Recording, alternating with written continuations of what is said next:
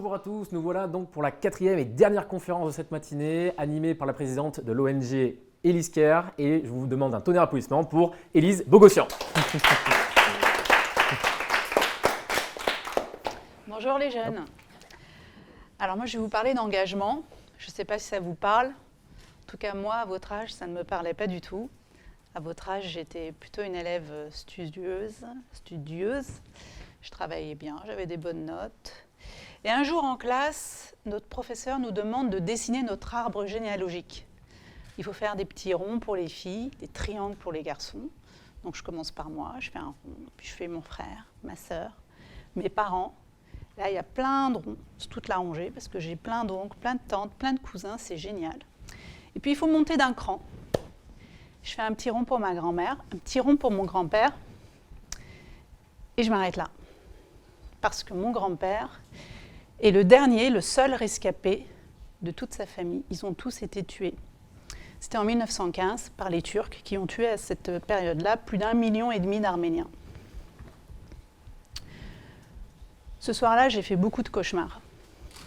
J'ai fait beaucoup de mauvais rêves. Ça a duré plusieurs jours, plusieurs semaines, plusieurs mois. Et à partir de ce moment-là, j'ai su que ma vie allait être dédiée aux autres. Je ne savais pas comment, je ne savais pas où, je ne savais pas avec qui, quand. Je fais des études, j'ai poursuivi comme ça pendant plusieurs années. Puis ensuite, j'ai fait des sciences, des études médicales. J'avais besoin de comprendre les gens. J'ai beaucoup voyagé, j'ai appris beaucoup de langues. Je suis allée loin, en Chine, au Vietnam. Et c'est plus tard, à peu près à l'âge de 30 ans, que je découvre à travers les écrans de télévision qu'il y a une guerre en Syrie.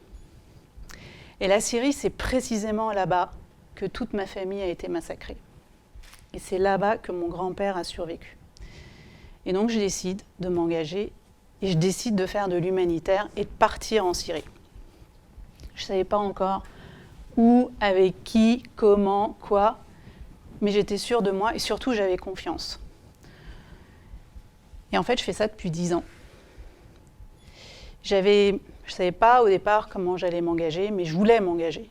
Je voulais sauver les gens. Je voulais, à travers ce petit écran de télévision, j'avais vu tous ces visages d'enfants, ces visages de femmes, et j'avais imaginé ce qui était arrivé à ma famille. Et à partir de ce moment-là, je me suis dit, c'est pas normal qu'aux quatre coins de la planète, loin de chez nous, des gens vivent l'horreur. Qu'un jour, du jour au lendemain, une bombe tombe sur ta maison et tu dois tout quitter, partir et devenir du jour au lendemain un mendiant. Ça, je n'arrivais pas à comprendre ça et surtout, je voulais sauver ces enfants et ces femmes.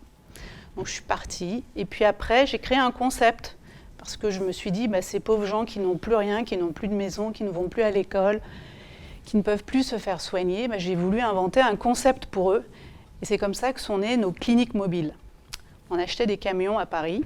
On a lancé nos premières campagnes de levée de fonds, on a créé une page Facebook, on a créé des cagnottes en ligne. Donc ça, c'est génial, Internet, pour ça.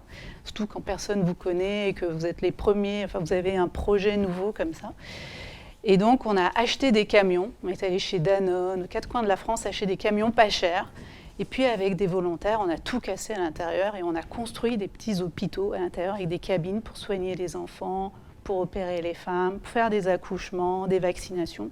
Puis le camion prenait la route comme ça et partait jusqu'en Syrie, en Irak, puis après l'Ukraine, l'Éthiopie, le Liban, l'Arménie. Aujourd'hui, on soigne 100 000 personnes et 100 000 enfants par an. Voilà. Donc ça a été, en fait, mon histoire. À votre âge, je ne savais pas du tout que je ferais ça un jour.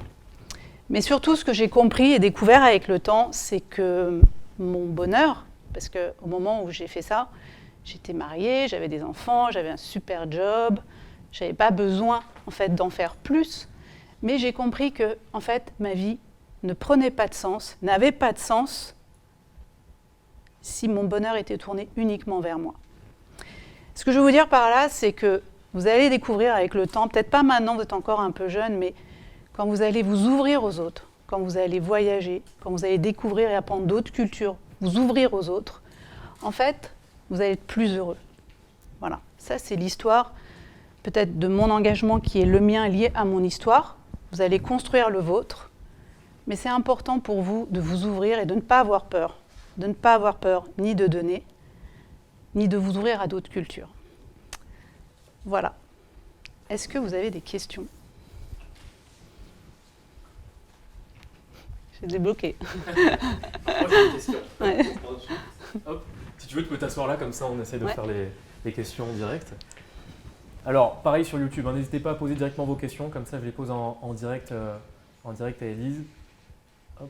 Alors, la première question, c'est déjà à notre niveau, comment on peut aider dans la vie de tous les jours? Comment on peut s'engager sans pour autant aujourd'hui, si on n'a pas l'envie ou la capacité ou la possibilité d'aller dans des pays qui sont en guerre ou autres, tu as parlé de pages Facebook, etc., de collecte de dons. Comment on pourrait faire à notre niveau déjà pour avoir un petit impact?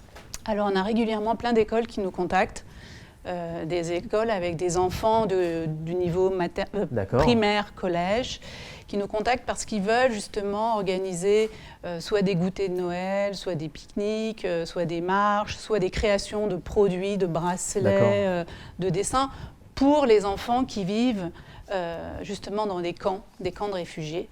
Donc on a des partenariats comme ça avec des écoles où des enfants construisent, par exemple, on a fait le bracelet de la paix, où des enfants ici ont fabriqué des bracelets brésiliens et ensuite on les a offerts à des enfants dans des camps et ils se sont écrits des lettres pendant plusieurs semaines. Donc ça, c'était une manière justement pour des enfants qui voulaient connaître un autre enfant qui n'a plus de maison, qui n'a plus de toit, qui ne va pas à l'école, être en lien avec lui. Et puis on a fait des systèmes de parrainage comme ça d'enfants. Donc ça, c'est quelque chose qui est possible. Après, on a des courriers aussi, des correspondances entre enfants qu'on a mis en place, qui fonctionnent très bien.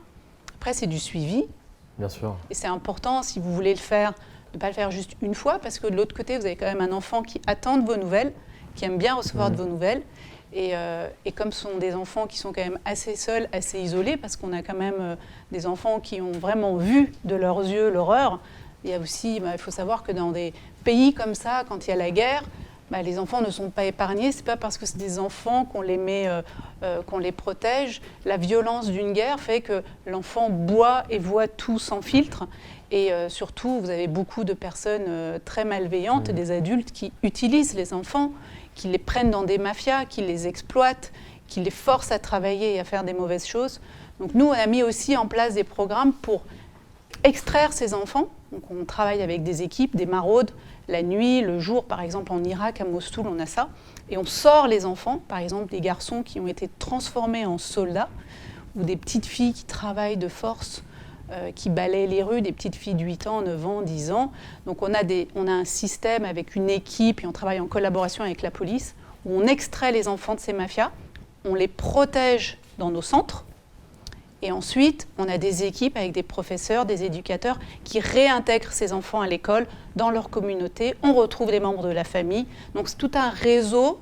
On essaie de reconstruire la société mais aussi l'identité de l'enfant qui est très seul. Parfois, ce sont des orphelins et n'ont plus de famille. Parfois, ils en ont encore, mais ils sont très loin, à plusieurs centaines de kilomètres. Ils ne savent pas comment les retrouver. On les aide, on les réinsère.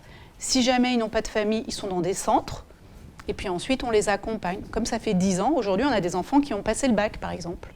Incroyable. Et on a des jeunes filles qui se sont mariées. Là, j'étais au mariage d'une des filles qu'on avait sortie d'un réseau de trafiquants. Et une autre où j'étais au baptême de son bébé. Enfin, vous voyez, en fait, le fait de faire ça, c'est comme si en fait, tu permettais à un gamin, un enfant qui a tout perdu, que sa vie, que son destin, qu'il puisse à un moment donné le reprendre en main pour se reconstruire et aller de l'avant et croire. Voilà. Et c'est vrai que parfois, on peut réussir tout seul, mais parfois on a besoin des autres. Et dans des terrains comme ça, des terrains de guerre, quand les enfants n'ont plus rien, en fait, c'est l'aide des autres. En fait, c'est là que vous vous rendez compte que votre puissance d'action, que votre force, votre capacité à vous sauver réellement des gens. Et ça, c'est évidemment, ça apporte beaucoup, beaucoup, beaucoup de joie intérieure, de bonheur. Et voilà. Donc, j'espère que vous vivrez des expériences à votre manière ou en vous engageant, en rencontrant au fond de vous, en vivant ce sentiment d'utilité, vous allez vous sentir surtout, c'est peut-être égoïste de dire ça, mais beaucoup plus heureux et finalement, le jeu en vaut la chandelle. Et d'ailleurs, j'ai une question. Est-ce que parmi vous, dans vos écoles, il y a des personnes qui accueillent des enfants ukrainiens? Moi, je sais que je connais quelqu'un. Oui, vous? C'est intéressant. Ça, par exemple, ça fait partie des choses que toi, tu pourrais faire, Élise, de mettre ça. Tu prends, par exemple, des enfants, on parle de la guerre en Ukraine en ce moment, en effet, où il y a plein de personnes qui sont déscolarisées. Et donc, ton association, ton ONG participe à ça. Alors, les structures d'accueil en France, c'est quand même compliqué. C'est plutôt le secours populaire, des structures beaucoup plus grosses, avec plus gros moyens, parce que c'est quand même très lourd en logistique. Donc ça, nous, on ne le fait pas. Nous, on s'occupe là-bas. On aide les gens à rester chez eux, surtout. Hein, je veux dire, on n'est pas sur les parcours des migrations, par exemple. Mais oui, surtout si vous voulez faire des choses. En fait, c'est très simple. Vous le dites à votre professeur principal. Moi, j'ai un projet, je veux organiser une expo photo, je veux faire un goûter de Noël, je veux qu'on vende des calendriers et qu'avec ça, je ne sais pas, par exemple, on fabrique des trousses scolaires pour les enfants ukrainiens, syriens, afghans, ce que vous voulez. Mais si vous arrivez avec des initiatives dans votre école, vous allez devenir moteur d'un projet qui va prendre, parce que dès qu'on a des projets comme ça qui sont tournés vers les autres, on est animé en fait, on est passionné. Oui, bien sûr. Donc, en fait, dès que vous avez une idée, allez-y, faites-vous confiance et puis vous posez pas trop de questions. Parce que si vous y croyez vraiment, vous allez voir l'univers à vous envoyer plein d'anges sur votre route. Et ça, j'y crois. Et en plus, ça participe aussi à la confiance en soi, quelque part aussi d'aider, pour faire un lien avec la journée d'aujourd'hui, aider les autres, etc. Ça nous permet aussi de nous accomplir personnellement. Et moi, si je me trompe, mais je pense que tu seras d'accord. Et justement, c'est ce qui participe aussi à renforcer sa confiance. Donc complètement. Comment on peut t'aider aujourd'hui? Enfin, qu'est-ce qu'on peut faire aujourd'hui à notre niveau? Donc, j'ai déjà demandé sur le site, etc. Est-ce qu'il y a des liens que tu pourrais nous donner, nous rediriger? Bien sûr, je vous donnerai des liens sur des projets qu'on a faits avec des enfants, avec des classes. Et si vous avez envie d'en parler avec votre école, moi je serai tout à fait joignable et heureuse pour vous aider à réaliser un projet. Quelque chose, une idée que vous avez, quelque chose. N'importe quoi, je peux vous aider à creuser l'idée là pendant l'heure du déjeuner si vous voulez venir me voir, il n'y a pas de souci. C'est génial, il y a plein de personnes sur YouTube qui te félicitent, donc bravo. Génial. Je pense que vous pouvez tous l'applaudir parce que c'est quand même énorme. Merci Élise.